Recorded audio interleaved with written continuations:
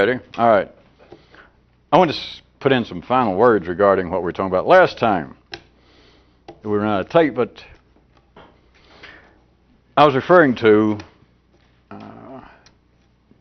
using these tape programs as a springboard right quick, but I was referring to how we'd received some reaction from people out there in the beginning. Audience commenting, pro and con, on what they referred to as the use here of sarcasm. And I stated plainly that there was none, but let me state real plainly that I didn't get around to, sarcasm equals stupidity. There's no way out. Not from any view outside the limits of ordinary thinking. Sarcasm equals, it's an equation. Sarcasm equals stupidity.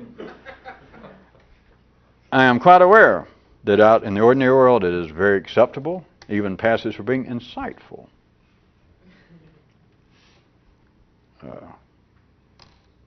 To use these kind of mental, verbal weapons as sarcasm. Sometimes they'll try to clean up the term, but on the basis of sarcasm, a stripping away of the pretensions, pointing out the ironies of life. I know it passes for that, but from any view, to get you outside of whatever your homegrown front and backyard of thinking is, to get outside that, then what I told you is a fact. Cannot be proven, thank God. But sarcasm equals stupidity. Period.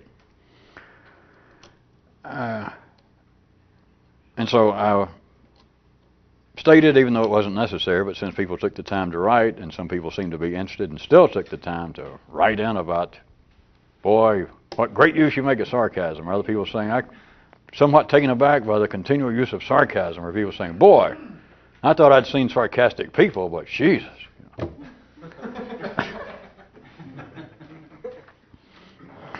I guess for at least the last time tonight, if not for the decade, on these programs, there's no intention, not even the least bit, of sarcasm, cynicism, mockery, ridicule, any form of hostility toward anyone, any idea, any institution. But even having said that, you should realize, anybody, this example and others, that if you are wired up for AM reception, then you're going to pick up 535 to 1605 kilohertz. Only. And so operationally, it doesn't matter whether they're broadcasting sarcasm or whether you're just hearing sarcasm. It doesn't matter. You understand? Operationally. And so I don't want you to get stuck in the subtle mud, but it's one reason I was not trying to play coy games of saying that we shouldn't even have to say that this is not sarcastic. Or we shouldn't have to say that it's not this or that or anything. But notice, if you're going to hear a certain thing, if it was in the ordinary world, and this was some religious or political or any kind of program, and they said, by the way, somebody pointed out that we are such and such, that we're anti-capitalistic, or that we're anti-decency, or that we're anti-souffles. And then the person said, or the institution says, we want to take the time to make it perfectly clear that we are not. Please believe us, we are not. If you're going to hear it, then ordinary institutions might, if they tried to use the sort of thing I just did about AM reception, I assume that they would sit down and try and come up with a more socially acceptable parable. I'm saying that because you people didn't seem to react. I liked it. I guess nobody listens to AM radio anymore. But then an ordinary person or institution would say, all right, you may think you're hearing sarcasm, but you're not hearing it, and it's your fault. It's not your fault. It's why I was hesitating and played the little game of saying I almost am apologetic to say it's not hostile, it's not sarcastic.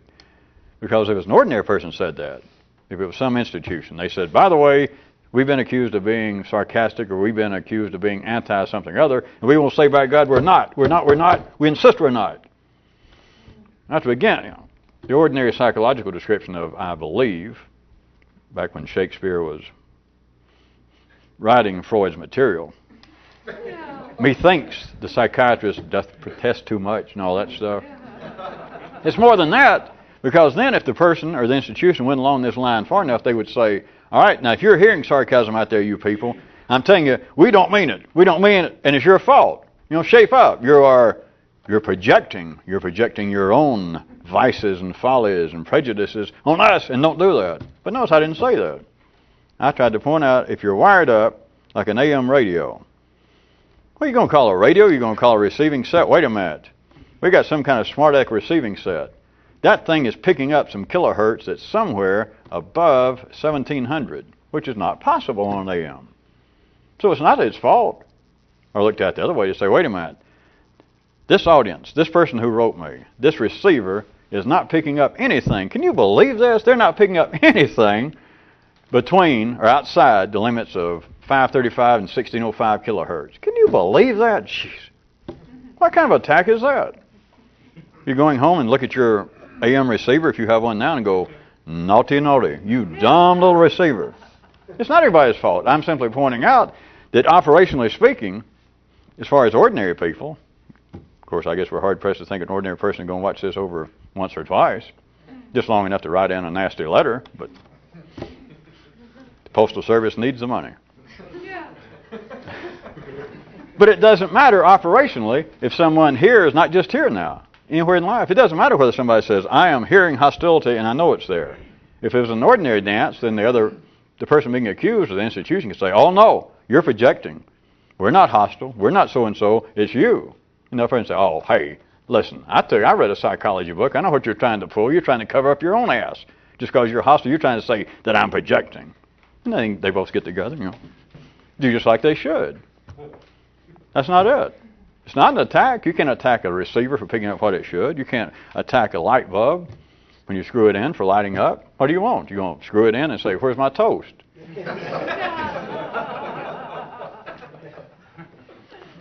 But at any rate. But one possible, before I leave the intro, one possible useful way that you might get something more out of what I was talking about, the ordinary notions of sarcasm and cynicism, consider like their literary spokesman, the mouthpiece for that, at a civil level. Most likely to be referred to as satire. That if you were not just out in a bar just roaring drunk and raising hell and being sarcastic. Of course, you're that drunk, it's hard to be sarcastic. You're just sort of being a horse's ass.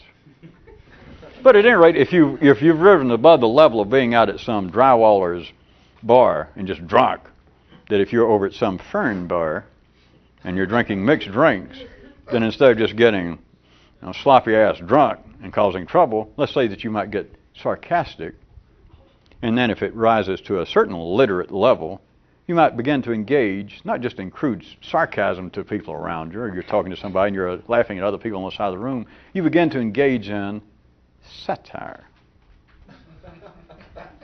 which is an attack on the vice and folly of man, is the general definition, I believe, of satire. An attack on the folly of man. So, if you'll take this for a second, it's like being a tangible manifestation of sarcasm at a recognized, civil, literate, sometimes admirable level. Satire is to plainly realize, of course, that there is no folly of man. There is no irony, which is getting the opposite result that reasonable people would expect, which is just a variation. It's sort of a pinch hitter for satire, is to be ironic. But if you would reflect upon the idea that this apparent folly of man, this apparent irony of all of life, all of its ideas, all of people's actions, individually and institutionally, if you could reflect on it as being a health-giving gap between man's factual and man's actual world, The observation is quite old in a crude sense. It is the proper polarized gap between what men dream of and what men can actually do. It is in that gap that people become sarcastic, as it's called. It's in that, right in that necessary gap. You can't, if you brought the two together, it would be morbific. It would be a hindrance, at the very least, shall we say, to growth, to expansion, to any kind of progress. Everybody knows this at a certain level. People even tell their kids, without being philosophers, that if you get everything you want right when you want it, you wouldn't have anything to look forward to. Which, of course, is neat, and it saves you a few bucks. And gets the nipper off your back, assuming your nipper is that philosophically gullible. But at any rate, you cannot, there is a difference. There is a necessary gap. There is this electrochemical gorge between man's factual world, what he dreams, in a sense what he is dreaming for life's future, and his actual world, which is what he can do right now. That, the dreams are always out of one's grasp, that the carrot is just always just a little bit ahead. It is within that gap that is just as healthy, as rosy-cheeked, as Gaines could have painted your own little nipper dressed up in a satin suit. Just rosy-cheeked, blossoming. This gap is just as healthy as it can be. And yet, from another view, it is referred to in terms dripping with sarcasm. Or it is referred to with intelligent appearing and an intelligent sense of irony to point out, ho, ho, I am so intelligent, I can look around and say, ha, here's a group of people saying they're religious, and look at them. They get colds like the rest of us. Am I not insightful? If Buddha were alive, wouldn't he invite me out for a drink? It's a good thing Einstein died when he did. A man with my kind of view, that's sarcasm. You can call it irony, you can call it a sense of satire. Sarcasm equals stupidity. Period. From the view of this, not out there in life, but from the view of knowing something other than is known out there in life, sarcasm is stupidity. It's necessary. It is part of the dance. It is part of the churning up of intellectual energy in the factual world of man. But this sarcasm is based upon an unanalyzed sense that, wait a minute, we should all be dead. That's what it is. To say, well, wait a minute, man should be able to fulfill his dreams. Man should not talk about being an extremely humane, an insightful, a decent, a charitable, whatever person. It's not right for men to keep saying that they want to be that and not be able to do it. They're slackers. Among philosophers in parts of Oklahoma known as slow walkers. So why don't they shape up? Well, what they're asking for is death, because that is life. It is a breathing in and a breathing out. The same old story that from one sense is saying, wait a minute, there's a right way to breathe somewhere, and I think it's, and you just close your eyes and take a choice. Either breathe in or breathe out. All right, I take in. Just for instance. So if men knew what they were doing, they would finally learn how to breathe in correctly, right? Well, sure, how can you? And they say that, so got it.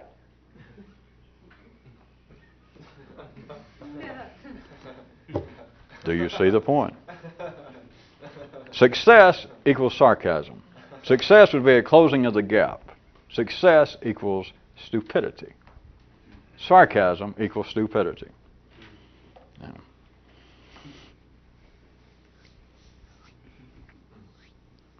the gap, the difference between what men dream, what men talk about, all men, and what they can do, that gap in there is not open to a worthy mind. It's not open to some form of ridicule, sarcasm, even any critique. It is not a matter of childish laughter. It's just stupid to look upon a man and say, ha ha, boy, he tripped again, whether he did it physically or whether he did it here. Say, ha ha, they did again. It's simply stupid. It's not immoral. That's why it's normally referred to in the churches, in religion. It's not in some way a sign of your ill breeding, it's stupid. I wouldn't tell anybody in life that. It's a waste of time. But if you're attempting to see something, then I'm telling you all forms of sarcasm.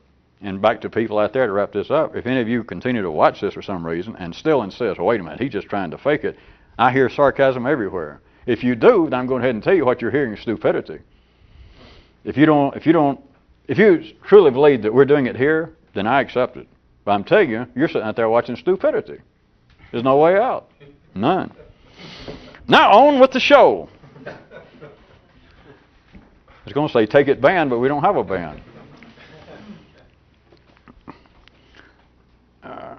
Back to thinking more than you have to. Consider the ordinary version of that. Although we made up the term, I'm going to make up the ordinary term, but it is very operative, very reflective. Thinking more than you have to, as opposed to what would be the norm in life. And the norm in life would be thinking just as much as you should. No. Now, considering that latter part, the ordinary state of thinking just as much as you should, to do it correctly, to do it ordinarily, requires that you be adamant.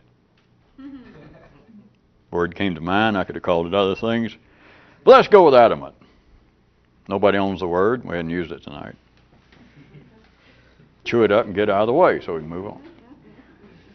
To think as much as you should, you need to be adamant, unyielding, certain. But I think surely one of the first definitions, or the definition of adamant, is unyielding by God. But in a particular way. Adamant, but still inasmuch as the content of what someone is thinking can change, can apparently correct itself from an ordinary view, can improve itself. Now, even though the content can apparently change, so if I don't get you hung up on my use of adamant, the ordinary intellect is adamant on this point. Not that the content can't change, because it does change. But it is adamant, it is unyielding in its certainty that there has to be somewhere a stable, unified, unchanging, defendable truth. That is the adamancy that is necessary for ordinary thinking, which is thinking just as much as you should.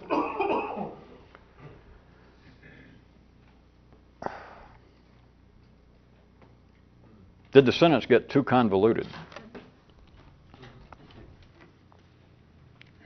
I don't ever go to the trouble. I was trying to do a little piece of theatrical business, like was my tongue all twisted up, but rather than that, I guess I could look and see if anybody's ears looks like you tried to follow it and your ear turned on itself.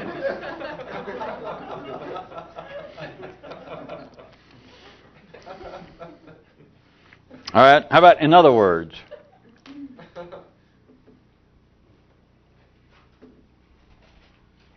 How about the values if we had, let's try to make it impersonal.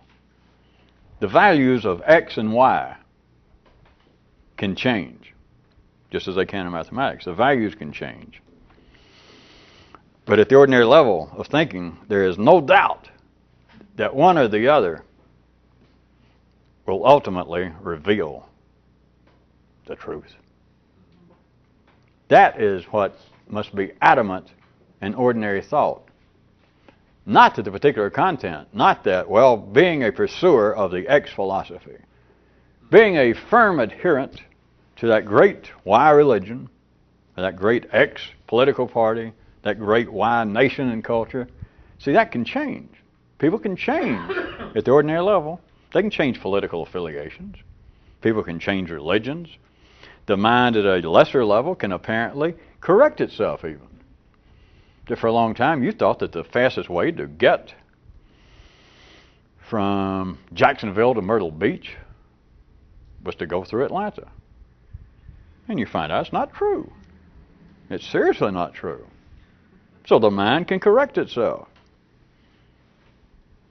You understand? That's why I didn't want you to choke on adamant. So it's not that just an ordinary man would go, wait a minute, to think as much as just as much as I should. Nothing unusual, nothing pseudo-mystical, but just what you're talking about, ordinary thought, and saying it's got to be adamant, so you can't get hung in the wrong place. It's not that, well, all right, I decided the fastest way to get to Myrtle Beach from Atlanta is to go from Jacksonville to Myrtle Beach to go through Atlanta. I am adamant. Is that what you're saying? And then find out it's not true and still just be some kind of bull-headed idiot? I don't know.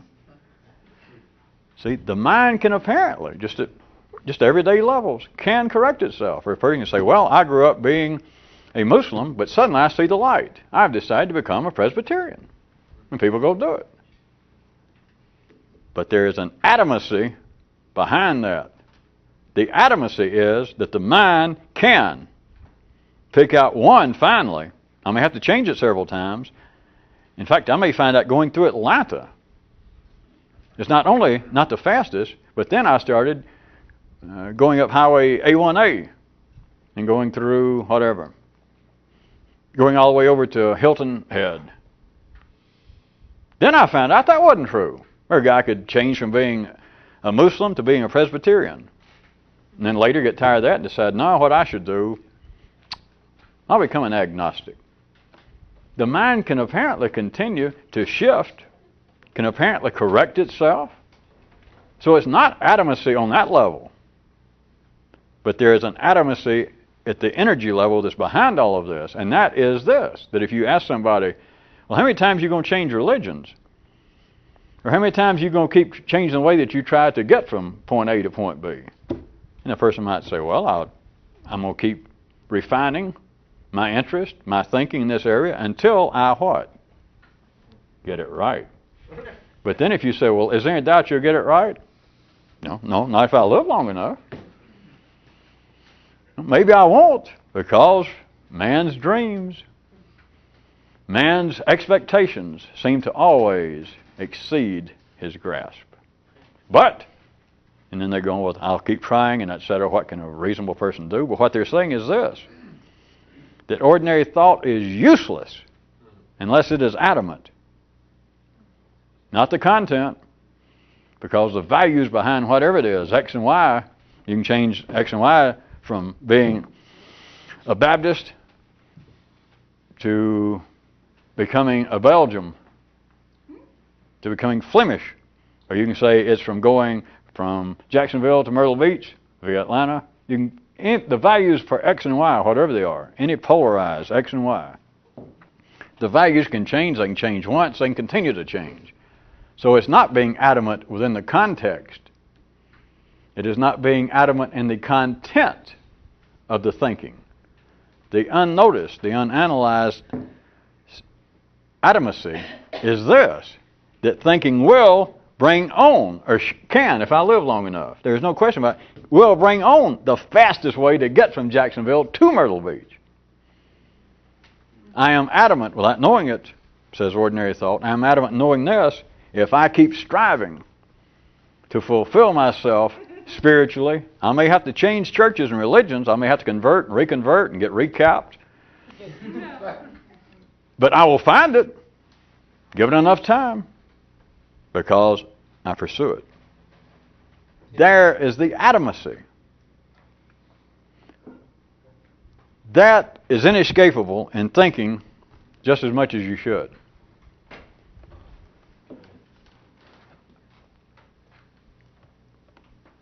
This is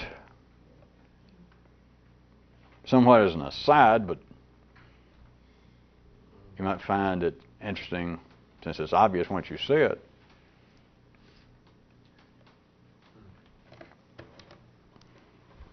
It gets reflected in just the ordinary academic world, the general institutional world of the intellect, but the academic world. It's reflected in that the sciences, the disciplines, wherein one can speak with adamancy, with certainty, they are the sciences, disciplines that are accepted as being the most intellectual, the most fact-based, Do not let the glare of unsuspected obviousness get in your eyes. Because it is not self-evident. In case you think, well, the sense itself is self-evident. Think about it. It is not analyzed because it's beyond the scope of what the intellect needs to feed and to grow. But in the ordinary world, but when it gets specifically into, that's why I use the world of academia, it appears to be those, by and large, engaged in arts, sciences, disciplines, endeavors of the mind. The more it is accepted to be scientific, the more what are those who speak of it? They don't use this word. They're more adamant that if you know what you're doing, that is, if you're wired up to an AM, to life's AM station, and you are a mathematician, and I'm not sure what the frequency is in there, but an AM dial, and the great programming department sends out at this particular time on the mathematical frequency, which I understand it's been doing now for some 1,000 years, that 2 and 2 is 4. Then you as a scientist, you as an intelligent member of the scientific, academic, intellectual community can, with no hesitation, no sweat upon your upper lip, you can, in a manner that I would suggest approaches the adamant, you can stand before your peers, strangers, and state with adamancy that 2 and 2 is 4. You don't have to work up any sweat beyond the nervousness of the lip. You don't have to scream and bang on the thing. But notice the areas where you do have to scream and bang on the thing. What are they taken as? Ordinary thought is useless unless it is adamant. Not the context, not the content. The unspoken, the tacit acceptance, that kind of thought, whosever it is, but that kind of thought, they're adamant in this, that it will lead where it's supposed to go if I live long enough, given reasonable conditions. It's very subtle. Not only can it possibly be undercooked, you can't even really put it on the, can't really even put it on the eye. It just is. It doesn't need even to be blanched.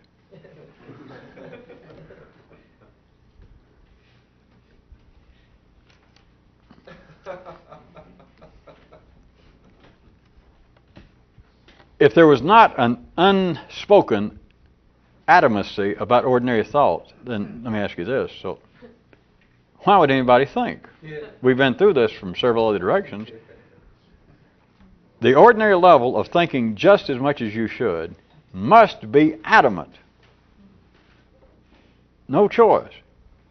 Because who would think at any level, assuming you had a choice, but if ordinary people had some kind of choice like, well, I'm not going to think as much as I have been, or I'm going to think more, or I'm going to think every other day, if they could actually alter in some way. But if there was not the adamancy that's unspoken, that thought will lead somewhere. Not just vaguely, but will lead somewhere. Like if I get out of the mountain and study it, I will find if there is indeed a faster way to get from here to Myrtle Beach than I've been doing.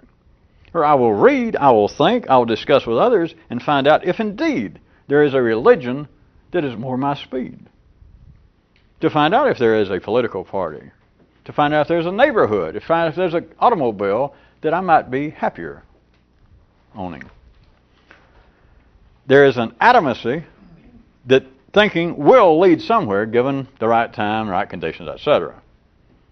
Because if it were not so, no one would think if they had a choice. You surely hear that.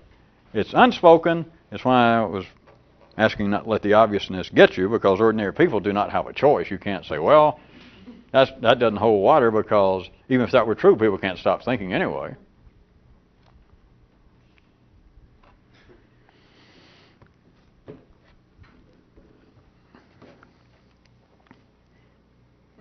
Note another aspect of us using the term thinking more than you have to. Note more. Thinking more than you have to. Now, in ordinary, out there, what would be considered ordinary reasonable attempts for people, for men to try and improve, expand their thinking, their intellectual life. It would be taken from the position, we sort of hit on this, you remember a few meetings ago, that I even listed, I made up, picked out 4 different ways that people have tried this, sort of historically. But just mainly, to lump it up, out in the ordinary world, when there's any thought, individually and institutionally, which, if you think there's a difference, we all enjoy a good, non-sarcastic laugh. Ho, ho, ho. In life, any ideas, whether it be under religious guise, philosophical, ordinary, any guise that I want to improve the way I think, no matter what it was called, but that's what it amounts to, is up here. It is not on the basis that we're using the term thinking more than you have to. Any idea of being able to improve the thinking process is on this basis, that I'm going to have to think differently. The idea of more, not in the sense I'm trying to get you to see, not to compare the two. People do not think about more. They might somewhere stumble around and use the term like, well, I ought to think about this more. That's not it. The ordinary, all the ordinary approaches to improving one's thinking is on the basis that I have got to, in some way, think differently. Whether it be about something specifically or in general. That if I'm going to improve it, I have got to think differently. That's what all those 4 that I mentioned before, which are not important, but they all fit into, that in some way, I'm going to alter this differently. And somehow they would describe it, I've got to learn to think better. I've got to learn to think more clearly. I've got to learn to think more liberally, more conservatively, more cautiously, more religiously, more humanistically, more adventurously. But it would always be on the basis of differently, as opposed to what I'm trying to map out that has no actual place to unfold the ordinary brain and go, oh, so that's where it went, because it actually goes off the edge. And all I did was just say think more. But it is more as opposed to differently. And the more would be the living example of open-endedness. Because ordinary thought cannot pursue this, because if it said, well, you just mean think more about something, like, well, you thought for a while when you were young that it was good to be, if you grew up a Muslim. It's good to be a Muslim. But then you begin to think more. You went off to school and you got around other culture and you thought, well, wait a minute, this is a little too provincial. I should have a wider view of life. That's thinking more. No. It's not a contest. I'm not trying to prove you're wrong, me playing ordinary life's part. But you understand, they're saying to in some way improve what they're already thinking. That is, well, yes, a religious life of some kind up here, no matter what they say it's up here, a religious life is necessary. But I think I could improve mine. That I grew up being an ex-religious person, but now the more I read, the more I think about it, because I have thought more. I've thought more, and the more I think, I believe that the Y religion offers more. Do you hear? They still believe the values can change behind X and Y, but they are adamant on believing that there is some importance on whatever it is they're thinking about. In this case, I'm using religion. I could use politics. I could use where you live, what kind of haircut you have. That is not thinking more, and yet the ordinary mind can say it. Well, it is thinking more, because I grew up just accepting the fact. For 25 years, I didn't ever question the fact that, yeah, I grew up in a certain environment and I pursued a certain religion. Now I got a little older and some of my friends died and I had to brush with death, and I realized religion is more important than I thought. And I realized, now I thought, well, why have I not been more religious all these years? And for some reason, no offense, but I looked upon my family's religion, my background, and I began to think more about it.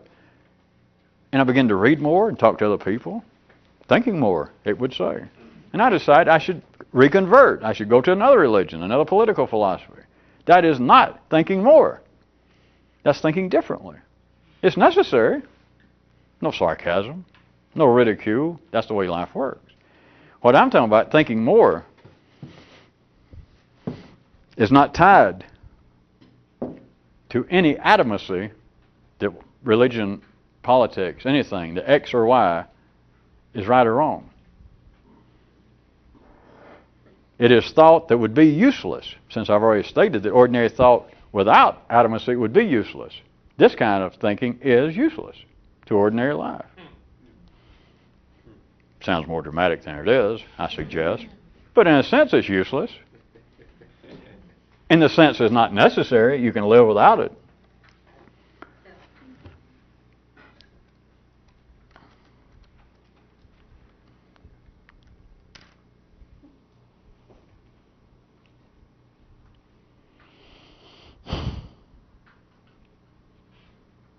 I was pondering more examples and we're running out of time. It's that ordinary thought has to be based on an unspoken, and it's not psychological, it's not linguistic, it's the matter of energy. But when it operates in man coming out here, it operates on the basis that there is a certainty. And there is a solid foundation to this up here, as much as there is a certainty that you never think about, that you look upon some food, a potato, a piece of bread. And it doesn't even have to be based on experience, but at any rate, that you look upon some food and you're hungry and you put it in your mouth and you eat it, you don't question. There is an adamancy about your eating of it. There is a certainty that that is going to satisfy your hunger. There is, in the thought processes, in the factual world as opposed to the actual world of such things as eating, there is a certainty, an adamancy, not about what the particular thought is, any more than there's an adamancy about eating, a certainty that, well, if I eat, I'll satisfy my hunger. To say, well, wait a minute, one time you ate a potato and the next time you ate some grain. If the actual world of man could respond to that, it'd go, get out of my life. What does it matter? That there was a certainty that either one would work. It doesn't matter whether it's X or Y. You can change the values around. I can close my eyes. One time you give me a piece of white bread, another time you give me a piece of whole wheat bread. Same thing. It doesn't matter. But here it seems to matter. And if you tell people that there is an adamancy that is absolutely necessary for this to work, people say, well, no. Because I can change my mind. You're saying that you come up with the wrong idea, like the fastest way from Jacksonville to Myrtle Beach is to go through Atlanta, and that's wrong. That's wrong. And you're saying to be adamant, once you get an idea, by God, you got to stick with it. No. It's once you get an idea that ordinary ideas are right. You got to stick with that. You can eat white bread one day and rye bread the next day. You can be a Presbyterian one day and a Social Democrat the next. But you still are adamant in that this is important. This is not only important, if this is not super important, if this is not the ultimate importance, it's on the way there. And I'm glad that I'm getting on the way to somewhere like being a real Social Democrat or else to Myrtle Beach before the annual shag contest starts. But that there is importance. That is the adamancy. The unquestioned certainty, which you got to see, that as much as you trust your stomach and hunger pains to lead you aright, ordinary thinking trusts this. One day it could eat white bread, the next day it could eat Presbyterianism. But it does not question that, hey, I'm on the right track.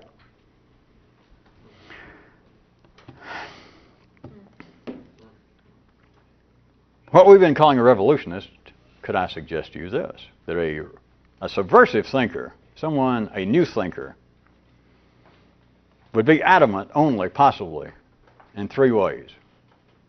I'll go ahead and wrap it up and be a little sarcastic. No. Make the people feel good. Well, he had already forgotten it. He already become sarcastic and didn't notice it. He unconsciously became sarcastic again. Ha ha. Well, you caught me. Could I suggest that if a revolutionist in some way would ever be adamant, there would only be 3 possible ways that he'd be adamant. Are you ready? We all like counts because I can end up right at 3 and I'll be the end of the tape and it sounds like, by God, we wrapped it up. Be sure and send in your money and your request to the address on the screen, other than the fact that we don't have an address on the screen. I always wondered how they did that. The man stands there and suddenly words. I knew somebody used to laugh at these TV preachers, except the guy would say, be sure and send your prayer request and money to the address here on the screen. And it was just like floating there, and he'd go, Jesus. And he quit laughing at him. May I suggest that a real revolutionist could only possibly be adamant in 3 possible ways. Number 1, in his insistence upon thinking more than he has to. Number 2, not ever talking about it. Not ever letting that info out. Keeping it secret. And number 3, that he would be adamant